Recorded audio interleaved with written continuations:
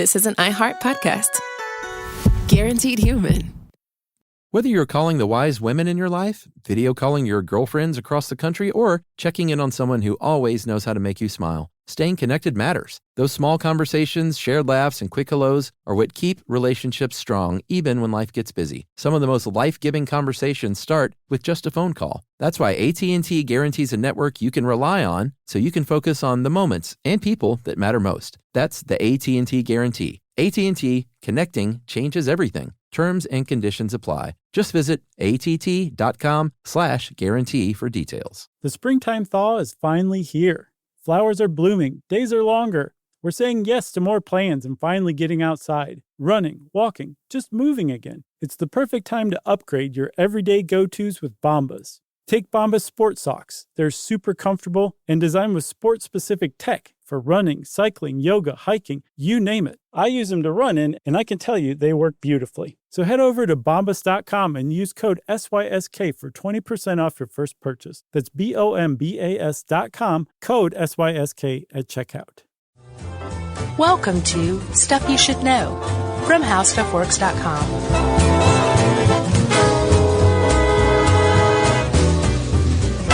Hey, and welcome to the podcast. I'm Josh Clark. There's Charles W. Chuck Bryant. There's guest producer Noel. There's Nikola Tesla. It's Stuff You Should Know. There's Johnny and Scott. Are those your imaginary friends? No, that was Sigmund, the sea monster. Did you watch that show? No. Once again, the brief cultural divide that spans between us. Was that from the 70s or early 80s? Yeah, it was one of the Sid and Marty Krofft shows. Oh, H.R. Puff and stuff. Huh? Yeah, Sigmund the sea monster, and Johnny and Scott were his buddies. Yeah. And he was like he was a dude in a suit, I reckon, but he looked like a big blob of kelp. I'm sure it was total nightmare fuel. With eyes. That was cool. Sid and Marty Krofft, man. Oh, yeah. Their sensibilities scare me. Yeah, I went to the place once in Atlanta, they had down at the Omni, which is now Phillips Arena. Mm-hmm. They had Sid Marty Krofft World or whatever, and I went down there once, and looking back now, it was like a drug-fueled indoor amusement park. You're like, why are there so many 20-year-olds here? Yeah, I never really put without kids. Yeah. Yeah, I'm sure I say this every single time that we talk about Sid and Marty Krofft, but you've seen the Mr. Show State of Drug-a-choosets one. Yeah. God, I love that. That's one of the best. I mean, it's hard to pick out for Mr. Show, but that's definitely up there. Yeah, that's top 5, easy. Yeah. And that's sea monsters. Sea monsters, they're going to get you soon. Is that from a show? No. Okay. It's from this show. So, Chuck, are you familiar much with sea monsters when you were researching this? Were you like, everybody knows all this? Sort of half and half. Yeah. I felt similar. There were a lot of things in here that I hadn't heard of, and the extra research we did too yielded some new insights. But one of the things that stuck out to me, and I guess is probably the thesis of this whole thing, is that we've been seeing sea monsters for millennia. We've been talking about sea monsters for millennia. Oh, yeah. And we still are. Like, have you heard of the Montauk Monster? Yes. Did you see pictures of that thing? Yeah, I remember when it came out. Oh, okay. Yeah. I just heard of it really? like yesterday, yeah. Oh, I feel bad for not sharing that with you. It's awesome. Yeah, in 2008, what was the beach? It was around Montauk. Yeah, but there was a specific beach, Ditch Plains Beach. This girl and her 3 friends found this washed up Montauk monster. And I think what's funny is there's a trend here in naming these things sensationally throughout history. Yeah. And we still do it. Because they could have called it like a decomposed raccoon, but they called it the Montauk Monster. Right. And the jury is not out. It is a decomposed raccoon. Yeah, they pretty much think so, but it's not like you can't prove that. But I mean, they have like a line of biologists from Montauk to Manhattan saying it's a raccoon. It's a raccoon without its fur. Yeah. Which makes it look awesome. I've heard some other paleo zoologists say like it may be a sheep, though. I think it was too small. Or other animals. Gotcha.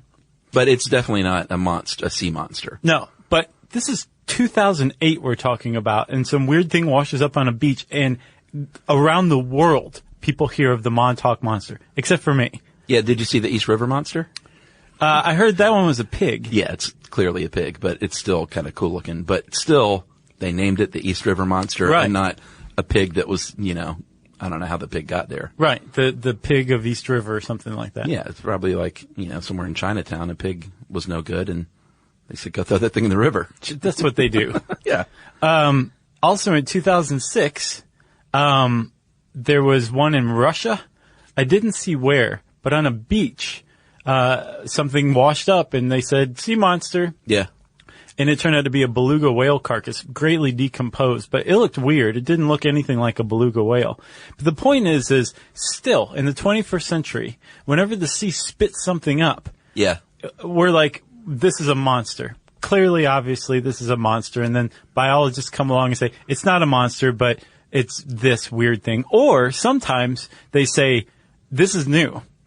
Yeah. It's not a monster, but this is new. And this is the point, finally, that I'm trying to get to, is that the oceans, the seas, cover 70% of Earth's surface. Yeah. Right? That's a lot of hiding places. Sure. And I think humans have known and still know intuitively that there's a lot of stuff down there that we don't know about. We don't know what it is.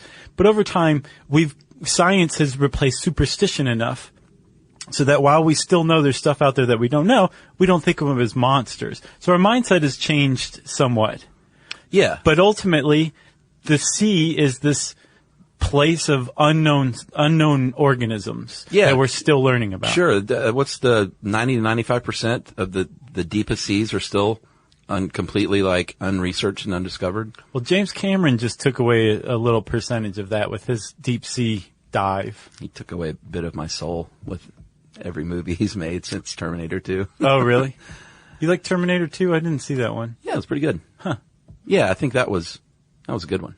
Have you not seen Titanic? Did you know that there was an alternate ending for it where like they kept the diamond or no? Thought you meant where something like the Titanic didn't sink. Right. It worked out well in the end. No, Bill Paxton ended up getting in on throwing the diamond away. That's what it was. Yeah. I think. Speaking of recent sea monsters, though, which is not a sea monster, but did you see the footage of the anglerfish recently? That's another great point. Yeah. Some of these deep sea creatures look like creepy monsters. Right. I mean, the anglerfish is one of the scariest looking things I've ever seen in my life. Creepy. And it's real, though. It's just, science is, it's not like, oh, what is this thing? They know what the anglerfish is. Exactly. But they live so deep. I think until recently it had never been filmed in its habitat. Until like this year, 2014. Until like 3 weeks ago. Yeah. Yeah. Apparently it wasn't until 1975 that we ever photographed a whale underwater. Oh, really? Yeah. Interesting. 2006, I think, or 1976, we discovered the megamouth shark. Yeah. There's like the sea just coughs up new life to us that, were we slightly more superstitious, we would have called monsters. So that's pretty much the explanation of sea monsters. But it goes back like really, really far, and looking at the different kind of monsters we came up with really kind of reveals a lot about our mentality. Yeah, it goes back, I mean, pretty much since people were writing stuff down, somebody was writing about some kind of sea monster. Like the ocean has always just enthralled folks, I think. Yeah. The Mesopotamians had the goddess Tiamat. It was a sea monster. Well, she was their creator goddess originally. Yeah. So if you go far enough back in Mesopotamian lore, that's where the world came from. That's where the universe came from, was Tiamat, right? No. And then eventually, as Mesopotamia grew and evolved, she became what's known as the chaos monster. Yeah. And she was slain by a male hero and then the world was created from that. But originally she was just a benevolent creator goddess. Well, and we'll see as we go through here, not all of the sea monsters, it depends on the culture and the religion.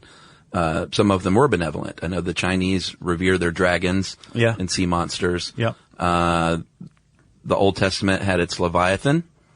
So it's even in the Bible. Right. And this is a question of mine, dude, is don't you think that the Leviathan and Tiamat are one and the same?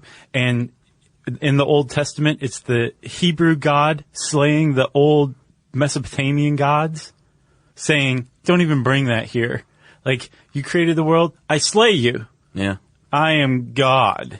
Well, I mean, there's a lot of crossover with stuff from the Old Testament and other religions, and Some people take great offense to that. Others don't. What? That it's not. No, this is the word of God. Oh, sure. Period. Right. There is no crossover. That's just coincidence. Right. Yeah. 20,000 Leagues Under the Sea. I think Jules Verne, this quote is pretty cool. In 1870, he wrote that great, great book. And he said, either we do know all of the varieties of beings which people our planet, or we do not. If we do not know them all, if nature has still secrets in the deeps for us, nothing is more conformable to reason than to admit the existence of fishes or cetaceans and other kinds of even new species. To which the character receiving that monologue said, duh. Yeah, but it kind of plays to the point that if there are undiscovered things, they're always high in the mountains or deep in the jungles or deep under the sea, because people would have seen them. So it makes it exotic and sort of grabby as a means of religion or literature, Right. Lore. Right. Plus, Jules Verne was writing this is 1870 when he wrote 20,000 Leagues Under the Sea. So this is a time when a lot of the old myths and legends and monsters were being subsumed by biology. So that monster that you saw, that thing does exist. But it's not actually a kraken. It's an oarfish. It's a giant squid. Yeah. And here's, what it does and how it reproduces, and because it's being studied, it's not just being feared. Yeah. It's a good point. The Greeks and Romans, if you're a fan of mythology, there are tons and tons of cool stories about sea creatures and sea monsters, all kinds of monsters. Namely one, Cetus, named by the Romans, King Cepheus, had a wife named Cassiopeia. And they ruled Ethiopia, apparently. Yeah, and she said, you know what, my daughter Andromeda is more beautiful than all the sea nymphs. And of course, she's like, yeah, I said it. Yeah, and Cetus was like, all right, well, I've got a dog-like head and I'm part fish, and I'm going to come up and kill your daughter. Yeah. Poseidon went, kill Cetus. Yeah. And Perseus, of course, is always saving the day. So he apparently was flying back, carrying Medusa's head that he'd just chopped off. Oh, yeah. Flying around, and just happened to pass by, was it Persephone? Who was about to be eaten? Andromeda. And said, all right, I'll take care of Cetus on my way home. My sword's bloody already. Yeah. Harry Hamlin? Yeah. Isn't that who it was? Yeah. I never saw the remake of that. Did you see that? No. I didn't either. I just remember release the Kraken. Yeah. Was a buzzword. Yeah. That's right. Liam Neeson has a knack for buzzy movie lines of dialogue. Because that very particular set of skills was also a big thing for that he said 6 in like months. 4 different movies. No, it was just in the one. Are you sure? Yeah, Taken. Yeah. That was a pretty good movie, by the way. Sure. Did not see the sequel, though. Taken 2, Electric Boogaloo. Yeah, I thought it was weird when he started breaking. Yeah. He's doing the worm. Yeah. But like not even very well. I would have thought they'd get like a body double who was like a professional dancer. Well, he did not have a particular set of skills when it came to being on the cardboard. No. Chuck, we'll talk a little more about mythology and what it reveals about humans and sea monsters right after this. In business, there's no room for guesswork. Every shipment matters. Every deadline counts. When you're trying to keep operations running smoothly, the last thing you need is uncertainty. That's right. That's why reliability is at the core of USPS Ground Advantage. From the moment your package is first scanned in, it moves through a secure, nationwide network, aiding in a timely and accurate delivery. You get near real-time tracking so you can keep up with your shipments. And with affordable upfront pricing, there are no hidden fees or surprise surcharges to throw off your cost sheets. That's right, and that all adds up to predictable deliveries that you can depend on. Because knowing your logistics are handled lets you focus on everything else, your customers, your team, and the future that you're building. Just visit USPS.com/Ground Advantage to start shipping with confidence. USPS Ground Advantage. Spectrum Business keeps businesses of all sizes connected seamlessly with fast, reliable internet, advanced Wi-Fi, phone, TV, and mobile services. That's right. And Spectrum Business offers 100% U.S.-based customer support 24/7 to help you stay up and running. And they offer tailored connectivity solutions with packages built for your business budget. Yeah, so it's no wonder millions of business owners rely on Spectrum Business to keep them connected. Visit spectrum.com/business to learn more. Restrictions apply. Service is not available in all areas. So, Chuck, you were talking about Perseus slaying Cetus. Yeah. Homer's Odyssey was also another great book of legends and mythology. Yeah. And there were some sea monsters in it. Yeah, Scylla or Scylla and Charybdis. Charybdis. These two point out an important and ongoing feature of some of these stories, which are that maybe they might symbolize something else real. Yes. Either a sea monster, or in this case, maybe a dangerous reef or whirlpools. That's a pretty common thing. I know the Kraken, also the most dangerous part about the Kraken, supposedly, is the whirlpool that it creates. Right. So, this is one thesis on why sea monsters developed. Yeah. It was as an allegory. Yeah, a tale told of warning. Right. So that quote or that description of Scylla is described as having 12 feet, 6 heads atop long, sinuous necks, and mouths bristling with rows of shark-like teeth. Well, that's probably a reef, right? Yeah, sure. And then Charybdis lay on the opposite shore and periodically swallowed and regurgitated the waters there. Probably a whirlpool, right? Yeah, so it's a story saying maybe don't go there in your boat. Exactly. Did you read that thing on nuclear semiotics? I did not. Dude, let me tell you about this for a second, okay? There is this whole exploration that's trying to figure out how to express, like if you have nuclear waste and you need to put it away for 10,000 years and to keep people away from it for 10,000 years, you have to figure out a way to warn people away from it for 10,000 years. Well, how could you possibly do that? Put up a Godzilla sign. That's one idea. Sure. There's a lot of other ideas, and this whole thing is called nuclear semiotics. And one of the ways probably the most agreed upon way, is to create this thing called a nuclear priesthood. Yeah. Which is this group of learned people who know the secret of this nuclear waste site. Yeah. But purposefully come up with a folklore to warn people away. So to add some sort of like superstitious danger or something to the site that will get passed down and passed down. So eventually the people surrounding the area who live around it will know, like, you don't want to go there, you'll get killed. It has nothing to do with nuclear radiation anymore, but this folklore will get passed along and along. And they're saying, like, that may be the best way to pass along information. And that's exactly what the idea, one interpretation of what sea monsters are is. Yeah, it's like a ghost story too. You know, you don't want your kids to go in that decrepit house with all the rusty nails. Right. Tell them a scary old lady lives in there. Or to play near the water. You don't want a Carpy to take you away. It's really just manipulating your dumb kid. Pretty much.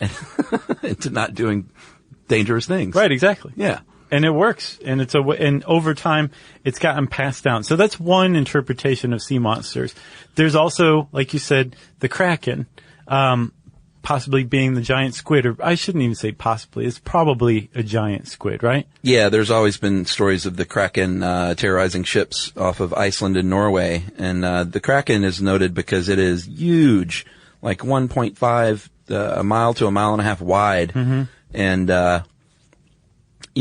the Kraken is, like you said, most likely a giant squid. If you see if you're a sailor back then and you don't know about biology and things yet, and you see an eyeball pop out the size of a human head, right, it might make you think that's a big Kraken sea monster. Exactly. So then if that gets embellished into something that's a mile and a half wide with legs as large as a sailing mast, capable of pulling down a ship, well, I mean, it gets the point across to people back on land. Like, wow, that was a really big monster that you guys saw. How big do these squids get?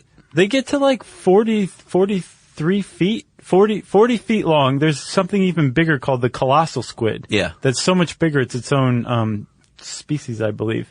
And it lives just in the Antarctic. So it was probably not the basis of the Kraken. Right. It's probably just a regular old giant squid. But you've seen giant squids. Look at those things. Right, exactly. They're scary looking. They are very scary, and they're very, very big. Plus also the idea of the Kraken may have first come about before sightings of giant squid. Yeah, sure. They may have been taken from whalers who found like crazy scars on whales, who may have found like bits of tentacles, like huge tentacles in the whale's stomachs. Yeah. Things like that. And The been beak. like, where did this come from? Yeah, the beak. Yeah. Because they did find a giant squid once, but the sailors cut it up and used it for bait, but they preserved the beak. And that just fueled the legend even more and more. So that's another interpretation of sea monsters, is that they came from misunderstood or embellished sightings of actual sea organisms that we're familiar with now. Yeah. So it's the same thing. We've just changed the name. Sure. Well, you're a sailor. You're drunk, maybe. Sure. You may be hallucinating because you've been out at sea for too long. Licking toads. You may be licking toads. You may be physically ill, sleep deprived, fatigued. Right. And you see a giant squid, you might write in your journal that I've seen the Kraken. It makes perfect sense. Sure. You know? And it spreads and takes shape over time. You got a little scurvy going on? The Kraken's not the only one that's probably based on something real. Like sea serpents. So the Leviathan was a sea serpent, many-headed sea serpent. It was a Mesopotamian god, like we said. Or no, I'm sorry, it was in the Old Testament. It may have been the Mesopotamian god. That's what I said. Yeah, but Leviathan always is sort of a catch-all word now for any like large, unknown, huge creature. Yeah, and apparently it's in Hebrew it just means whale. Yeah. Which again, This is probably a whale. well, yeah, it could have also been a sea serpent. So sea serpents are their own things.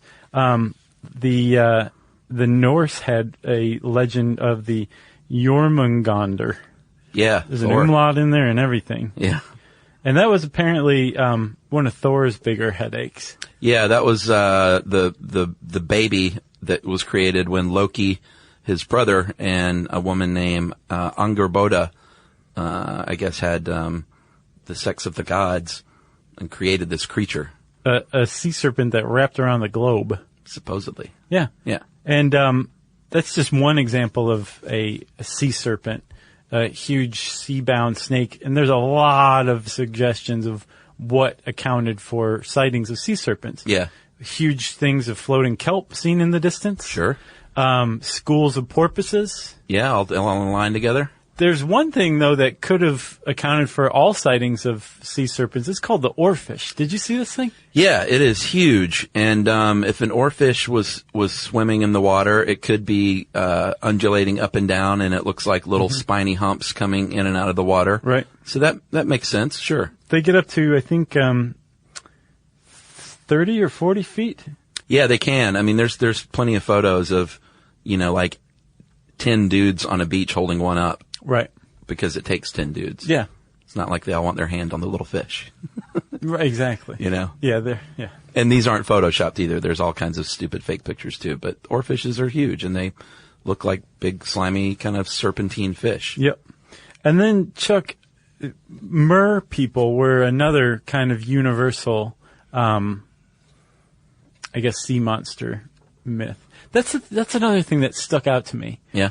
Is there are legends around the world from cultures that are separated by space and time that had similar stories. Yeah.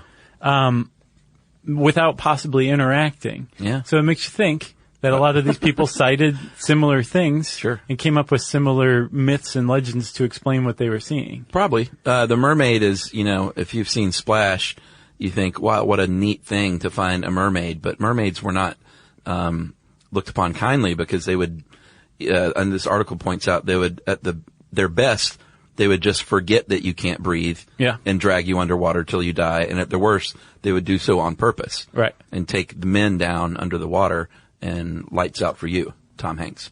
Yeah, sorry, Tom Hanks. Sorry Daryl for the Hannah. rest of your career. Daryl, yeah, his career was pretty lousy after Splash, wasn't it? Well, yeah. What? No. Daryl Hannah, though, in the movie she was not a bad mermaid because she, kissed him and gave him breath. Right. Well, it's the Hollywoodification of the mermaid legend. Ron Howard. Or like Ariel from Little Mermaid. Oh, sure. And that dirty DVD cover. Oh, yeah. Or I guess it was VHS cover. They probably corrected that before it went to DVD. Probably. Those Disney guys. Bored and, yeah, sure. Yeah, I guess bored and blank. So, the whole mer creature had root in the Nordic areas and Scotland, which apparently there's parts of Scotland that are so far north that they consider themselves Nordic rather than Scottish. Oh, really? Yeah, Orkney, I think. Huh. And there's a whole part of Scotland that's underwater now called Dogland that was around 10 or 12,000 years ago. That's like this really fertile Neolithic artifact area. It's pretty cool. Yeah. Doggerland, that's what it is, not Dogland. So, they had their own things called Carpies, Chuck. And what's interesting about the Carpie is that Kelpie? The Kelpie. Yeah. I was thinking Harpies. Yeah. Or Kelpies. carp. Exactly. But this is not carp or harpies. They're kelpies. Yeah. Which are actually horses that live in the sea that can sometimes change into humans. So they're kind of mer creatures. Sure. But every lake in Scotland has a kelpie supposedly associated with it. Yeah. Including Loch Ness. And it wasn't until the early 18th century that Nessie became like a sea creature that we think of her today, when some dinosaur bones, plesiosaur bones, were found around Loch Ness, saying, well, this is what the Loch Ness Monster is. Right. Before that, it was just a kelpie. We could probably do a full show on Nessie just for the fun of it. Totally should. Has been pretty much disproven unequivocally, of course. Sure. Because there is no Loch Ness Monster. Yeah. But I just think things like that are neat. I mean, we did one on Bigfoot. It's more about just the legend and the lore around it. Exactly. I'd love to do one on Loch Ness Monster. Did you ever see the documentary that what's-his-name did, Werner Herzog? No, I didn't know he did one of those. It was, I think it was he did a mockumentary, but not like a Christopher Guest mockumentary, just a faux documentary. Waiting for Nessie? Yeah, Waiting for Nessie. Where it just looked like he was, I can't remember the name, but where he was searching for the Loch Ness Monster and saw, caught it on camera, but he made it seem real. I think it was Werner Herzog. Huh. It was good, of course, Sounds a little dishonest for Werner Herzog. Well, I don't think he was trying to pass it off. I think. I gotta see this. Yeah. I'll look that up. It may not be him, but someone did that, and it was kind of cool, because if you buy into it, then you're like, oh my God, there it is. Are you sure this wasn't like something on cable?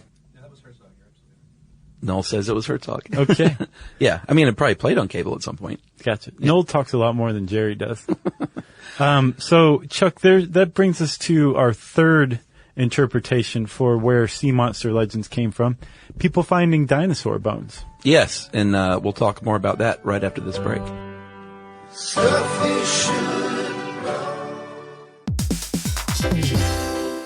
In business, there's no room for guesswork. Every shipment matters. Every deadline counts. When you're trying to keep operations running smoothly, the last thing you need is uncertainty. That's right. That's why reliability is at the core of USPS Ground Advantage. From the moment your package is first scanned in, it moves through a secure, nationwide network, aiding in a timely and accurate delivery. You get near real-time tracking so you can keep up with your shipments. And with affordable upfront pricing, there are no hidden fees or surprise surcharges to throw off your cost sheets. That's right, and that all adds up to predictable deliveries that you can depend on. Because knowing your logistics are handled lets you focus on everything else, your customers, your team, and the future that you're building. Just visit USPS.com/Ground Advantage to start shipping with confidence. USPS Ground Advantage.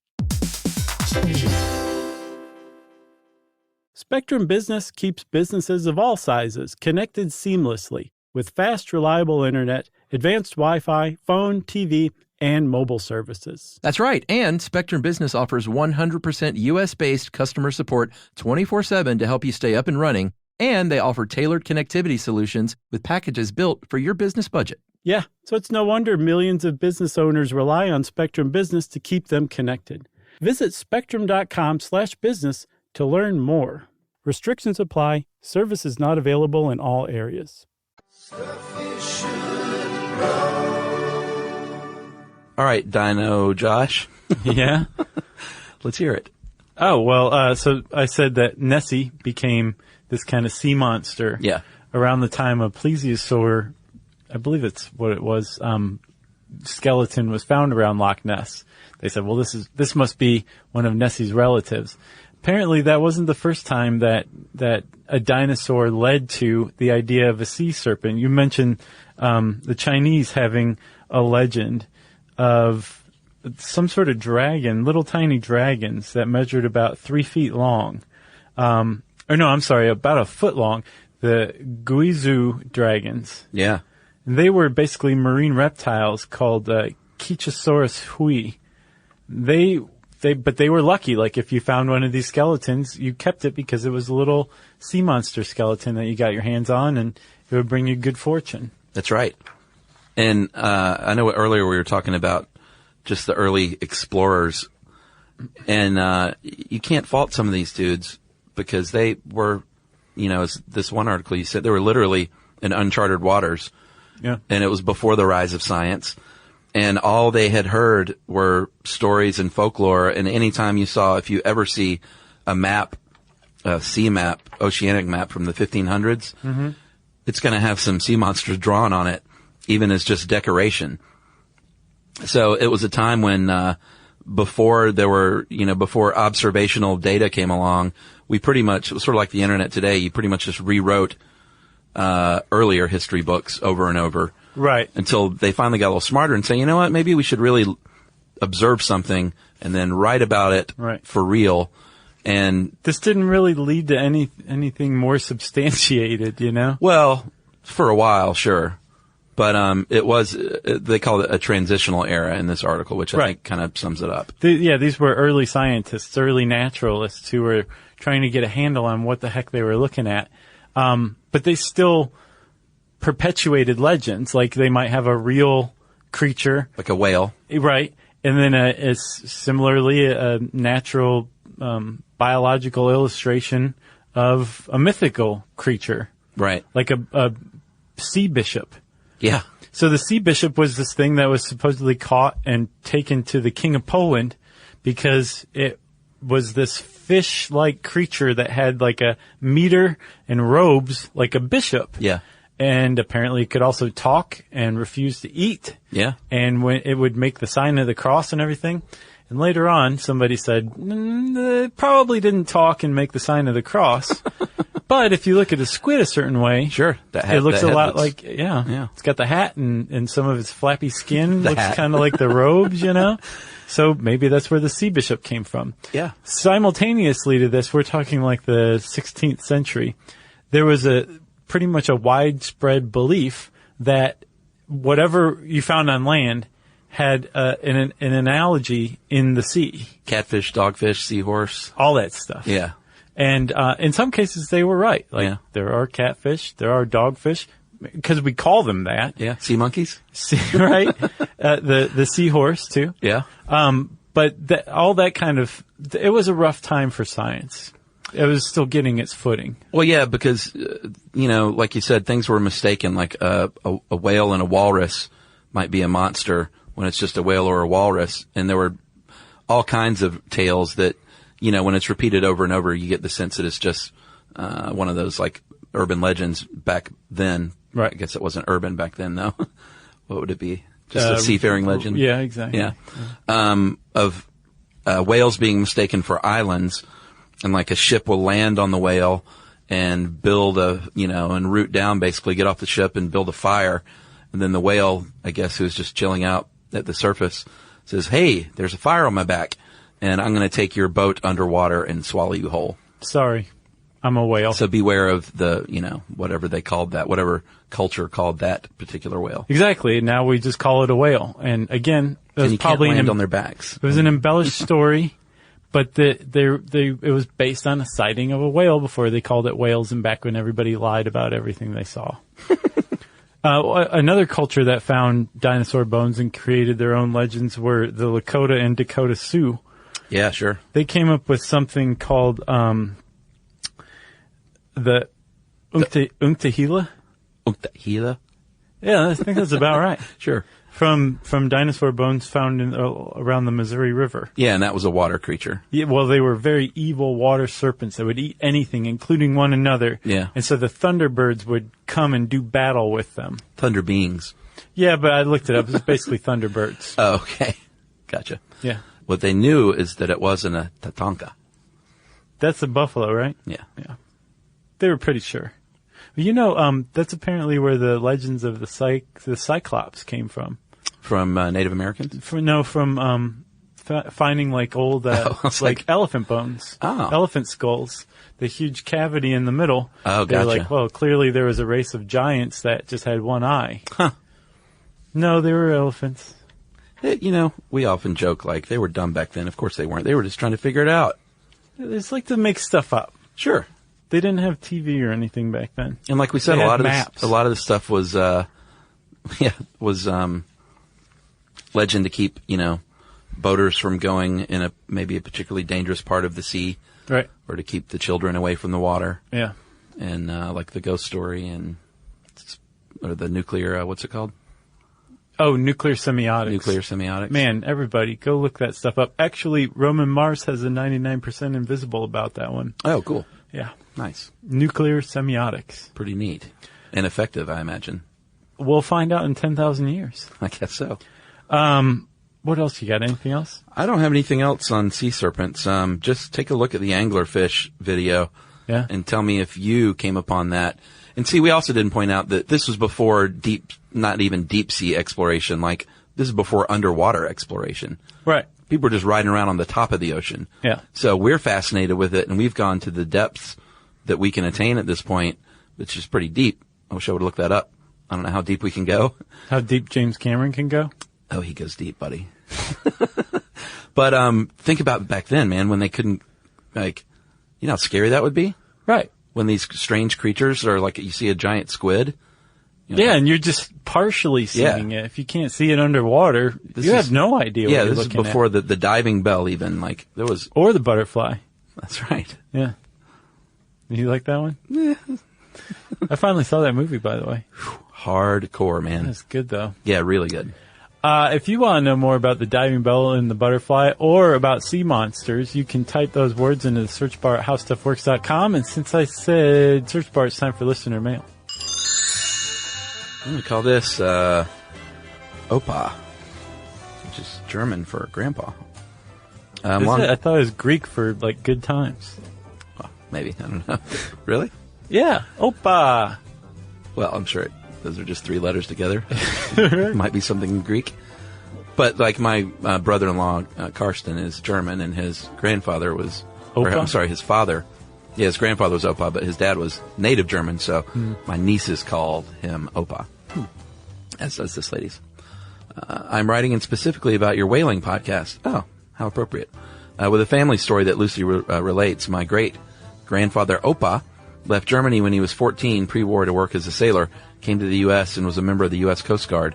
One day he was part of a team that was clearing a harbor of some old sunken ships. To do so, they used the sophisticated method of throwing dynamite into the water to blast the wood apart and then gathered the debris.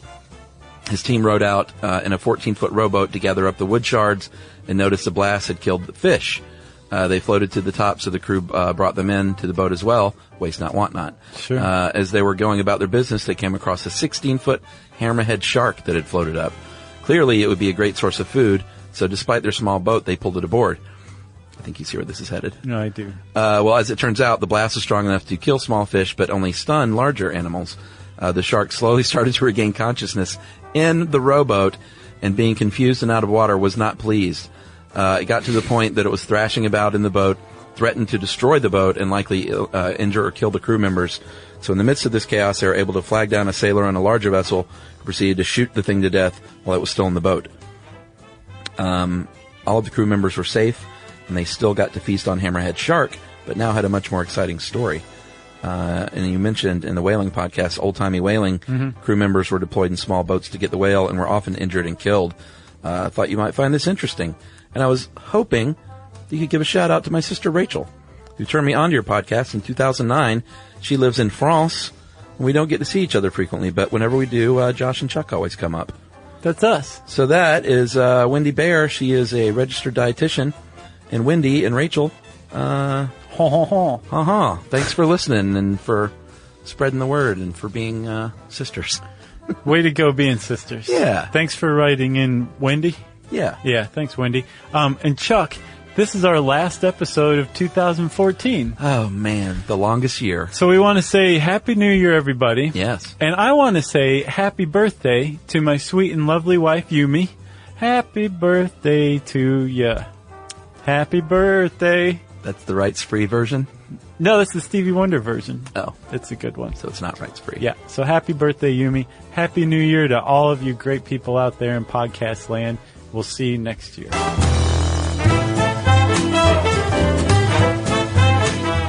For more on this and thousands of other topics, visit howstuffworks.com.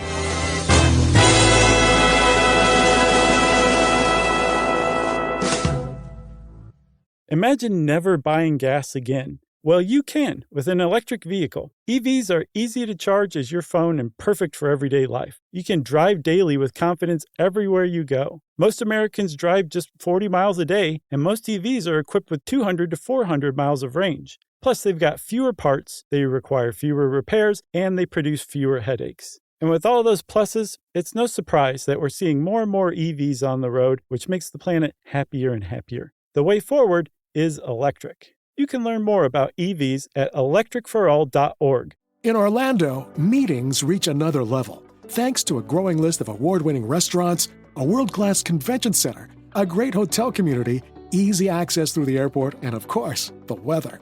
Andrew Moyes, VP of Fan Expo HQ, had this to say about Orlando. Often we will bring our entire team to Orlando for the event, and that includes our executive-level team members as well. And we're able to give them a great experience with luxury hotels, special restaurants, all those key things to feed into the proper executive experience. Orlando's easy airport access and close proximity to hotels and transportation make it a top choice for hosting major events. And while you may know Orlando for its attractions, industries like healthcare, aerospace, and advanced manufacturing make it a hub for cutting-edge businesses. Or in the words of Mr. Moyes, Orlando really can be that destination where you can innovate, collaborate, and look to the future. And that's what makes Orlando unbelievably real. Learn more at orlandoforbusiness.com. This is an iHeart podcast. Guaranteed human.